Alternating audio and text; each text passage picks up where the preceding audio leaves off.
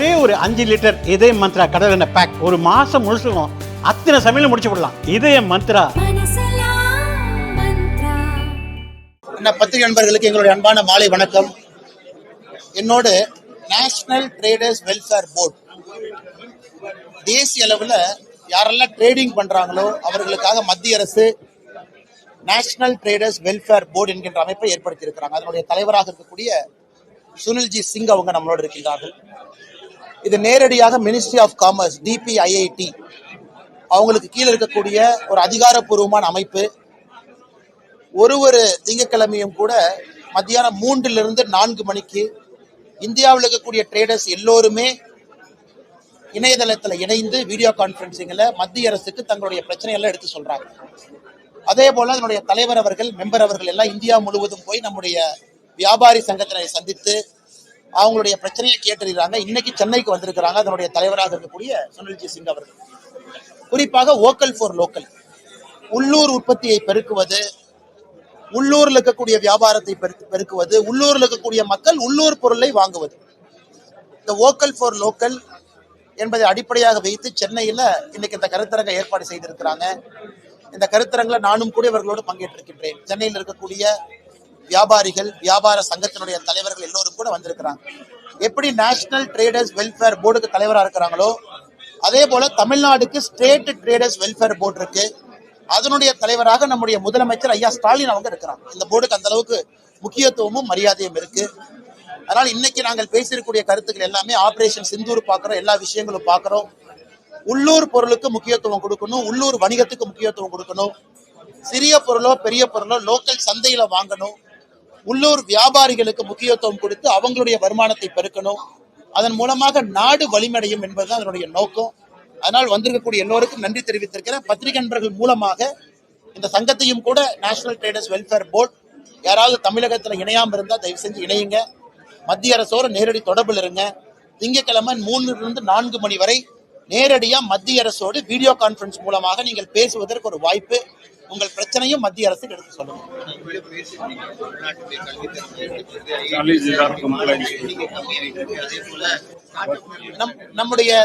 நம்முடைய தமிழகத்தை பொறுத்தவரை இன்னைக்கு இந்தியாவில் 1,69,000 ஸ்டார்ட் அப் ரெஜிஸ்டர் ஆயிருக்கு.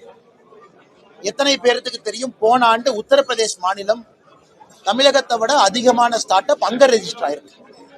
தமிழ்நாட்டில் ஸ்டார்ட் அப் கலாச்சாரம் குறைந்து வருகிறது. புதிதாக நிறுவனங்கள் ஆரம்பிக்க மக்கள் தயங்குறாங்க. சென்னை போன்ற பெருநகரத்தில் எல்லாம் யூனிகார்ன் என்ன வராம இருக்கு, கம்மியா தான் இருக்கு. ஒரு பெங்களூர், பூனே, நொய்டா இதெல்லாம் பார்க்கும் பொழுது $1 billion வேல்யூவேஷன் இருக்கக்கூடிய புதிய நிறுவனங்கள் தமிழகத்துல ரொம்ப குறைவா இருக்கு.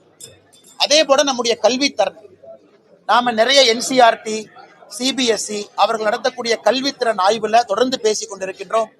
தமிழகத்தினுடைய எஜுகேஷனல் அவுட்புட் குறைஞ்சிக்கிட்டு வருது. 5ஆம் கிளாஸ், 8ஆம் கிளாஸ், 10ஆம் கிளாஸ் அந்த குழந்தைகளுக்கு எவ்வளவு தெரியுதுன்னு நம்ம டெஸ்ட் பண்ணும் பொழுது குறைவாக தெரிகிறது. இதையெல்லாம் மாநில அரசு கவனம் கொடுக்கணும். இன்னைக்கு நம்முடைய பிரதமர் அவர்கள் 26, 27ஆம் தேதி தூத்துக்குடி விமான நிலையத்தையும் திறந்து வைக்கிறாங்க. அரியலூர்ல கங்கை கொண்ட சோழபுரத்துக்கு வர்றாங்க, தூத்துக்குடி விமான நிலையத்தையும் திறந்து வைக்கிறாங்க. அது தமிழகத்தினுடைய 6வது விமான நிலையம், இரவு வசதியோடு இருக்கு. ஆனா உத்தரப்பிரதேசத்துல இன்னைக்கு 11 விமான நிலையம் இருக்கு. இந்தியாவில் இருக்கக்கூடிய மற்ற மாநிலங்களுடைய வளர்ச்சி வேகமா இருக்கு. ஹரியானாவுடைய பெர் கேபிட்டா GST தமிழகத்தினுடைய பெர் கேபிட்டா GST விட ஹரியானா முன்னாடி இருக்கு. அதனால் தமிழகத்தை பொறுத்தவரை வளர்ச்சி பாதையில வரணும். தமிழகத்தை பொறுத்தவரை நிறைய இளைஞர்களை தொழில்துறைக்கு கொண்டு வரணும், ஸ்டார்ட் அப்பை என்கரேஜ் பண்ணணும், உள்ளூர் வணிகத்துக்கு முக்கியத்துவம் கொடுக்கணும். பல இடத்துல சொன்ன இன்னைக்கு தமிழ்நாட்டினுடைய மக்கள் தொகை குறைய ஆரம்பித்திருக்கிறது. டோட்டல் ஃபர்டிலிட்டி ரேட் TFR என்று சொல்லுவோம். ஒரு பெண்ணுக்கு 2.1 குழந்தைகள் பிறந்தாதான் இறப்பும் பிறப்பும் சமமா இருக்கும். இன்னைக்கு தமிழ்நாடு 1.7. இந்தியாவில் 3 மாநிலங்களுடைய மக்கள் தொகை குறைய ஆரம்பித்திருக்கிறது. அது தமிழ்நாடும் ஒன்று. இதே மாதிரி இன்னும் 10-15 ஆண்டுகள் நம்ம போச்சுன்னா மக்கள் தொகை ஒரு பக்கம் குறைய ஆரம்பிக்குது. வட இந்தியாவிலிருந்து தமிழகத்துல பணிபுரியக்கூடியவங்க திரும்ப வட இந்தியாவுக்கு போயிடுவாங்க. உத்தரப்பிரதேசம் வளர்ச்சி அடையும் பொழுது, ஒரிசா வளர்ச்சி அடையும் பொழுது திரும்ப போயிடுவாங்க. அப்ப உள்ளூர்ல வேலை பார்ப்பதற்கு ஆட்கள் இருக்காது. இது போன்ற பிரச்சனை அவங்க முன்னாடி நான் வச்சேன். National traders welfare board chairman முன்னாடி நான் சொன்னேன், தமிழகத்தில் இது போன்ற பிரச்சனைகள் இருக்கு, இதையும் நீங்க அட்ரஸ் பண்ணுங்க, இங்க இருக்கக்கூடியதையும் நீங்க அட்ரஸ் பண்ணுங்க, தமிழ்நாட்டினுடைய வளர்ச்சிக்கும் நீங்கள் உறுதுணையாக இருக்க வேண்டும் என்கின்ற வேண்டுகோளையும் வைத்தேன். ஏன்னா தமிழ்நாட்டில் ஸ்டேட் ட்ரேடர்ஸ் வெல்ஃபேர் போர்டுடைய தலைவராக இருக்கக்கூடிய முதலமைச்சர் ஐயா ஸ்டாலின் அவர்கள் அக்கறையோடு இதுல பங்கேற்கணும். அவங்க மத்திய அரசை பயன்படுத்தணும். இவங்க national traders welfare board chairman, தமிழகத்தினுடைய முதலமைச்சர் இங்க சேர்மனா இருக்கிறாங்க. அவர்களும் முறைப்படி தமிழகம் இன்னும் முன்னாடி போறதுக்கு முயற்சி இருக்கிறாங்க. இன்னைக்கு நம்பர்ஸ் பாத்தீங்கன்னா தமிழ்நாடு பின்னோக்கி செல்ல ஆரம்பித்திருக்கிறது. இதை யாரும் மறுக்க மாட்டார்கள். அந்த கருத்தையும் முன்னாடி வச்சிருக்கோம். அதிமுக கூட்டணியை சீரழிக்க தான் பாஜக அதிமுக இன்னைக்கு திமுக அன்வராஜா. ஆனா அன்வர் ராஜா அவர்கள் திமுகவுக்கு போயிட்டாங்க. திமுகவுக்கு போன பிறகு திமுகவுடைய மொழியை பேசினா தான் திமுக அவருக்கு மரியாதை. அதனால் திராவிட முன்னேற்ற கழகம் செல்வதற்கு முன்பு அன்வர் ராஜா அவர்கள் அந்த கருத்தை வச்சாங்க, இல்லைன்னு நான் சொல்லல. ஒரு ஹிந்து தமிழ் திசையில 2 வாரங்களுக்கு முன்பு இதே போன்ற ஒரு கருத்தை அன்வர் ராஜா அவங்க வச்சாங்க. ஆனா அன்வர் ராஜா அவர்களுடைய தனிப்பட்ட உள்ள குமுறலாகத்தான் நாங்கள் அதை பார்க்கின்றோம். இன்னைக்கு திராவிட முன்னேற்ற கழகத்துல சேர்ந்த பிறகு திமுகவினுடைய பாஷையத்தான் அவங்க பேசுறாங்க, புதிதாக எதுவும் இல்லை. அதனால் அவர் பேசிய கருத்தை நாம சீரியஸா எடுத்துக்க வேண்டிய அவசியம் இல்லைங்கன்னா, பாரதிய ஜனதா கட்சியை பொறுத்தவரை நாம் இந்தியாவில் எத்தனை இடத்துல கூட்டணி இருக்கிறோம், அந்தந்த கட்சிகளுக்கு உரிய முக்கியத்துவம் மரியாதையும் கொடுக்கிறோம்.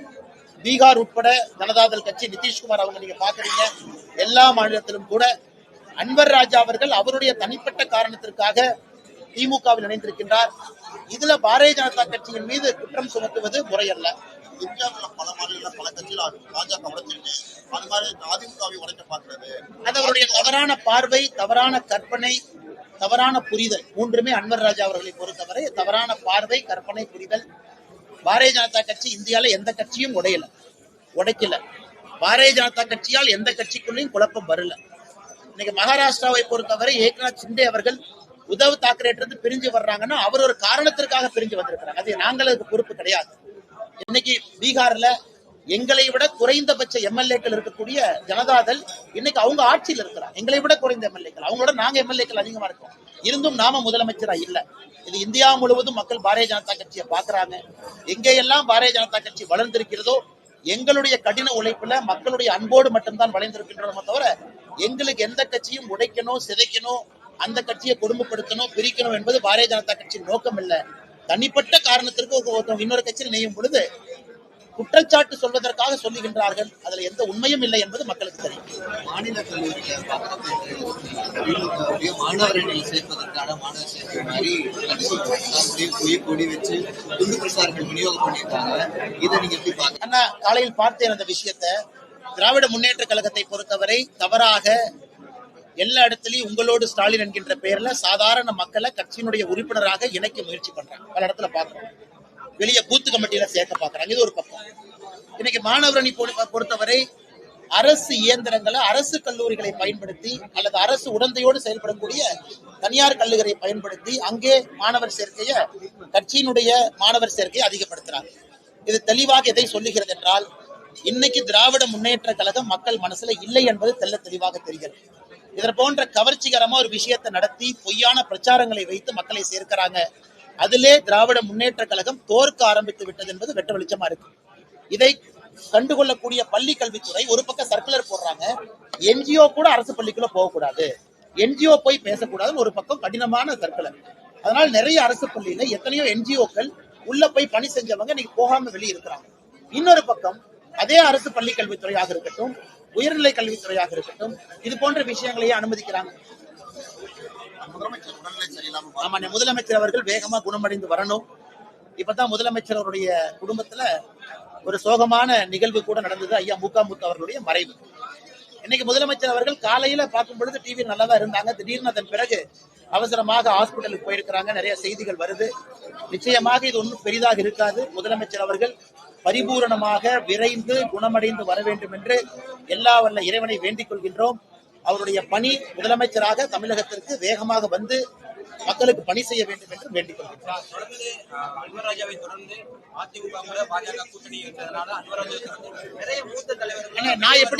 நான் எப்படி கருத்து சொல்ல முடியும்?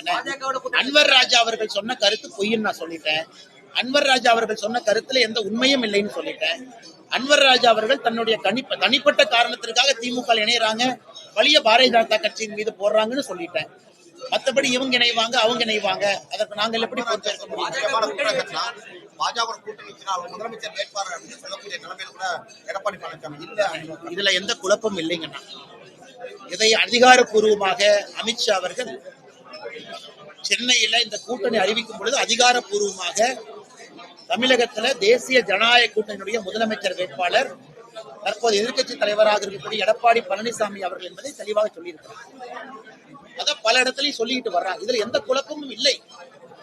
ஒரு பத்திரிகை நடத்தின இன்டர்வியூல அவங்க பேரை சொல்லாம போயிட்டாங்க அப்படின்லாம் கிடையாதுங்க.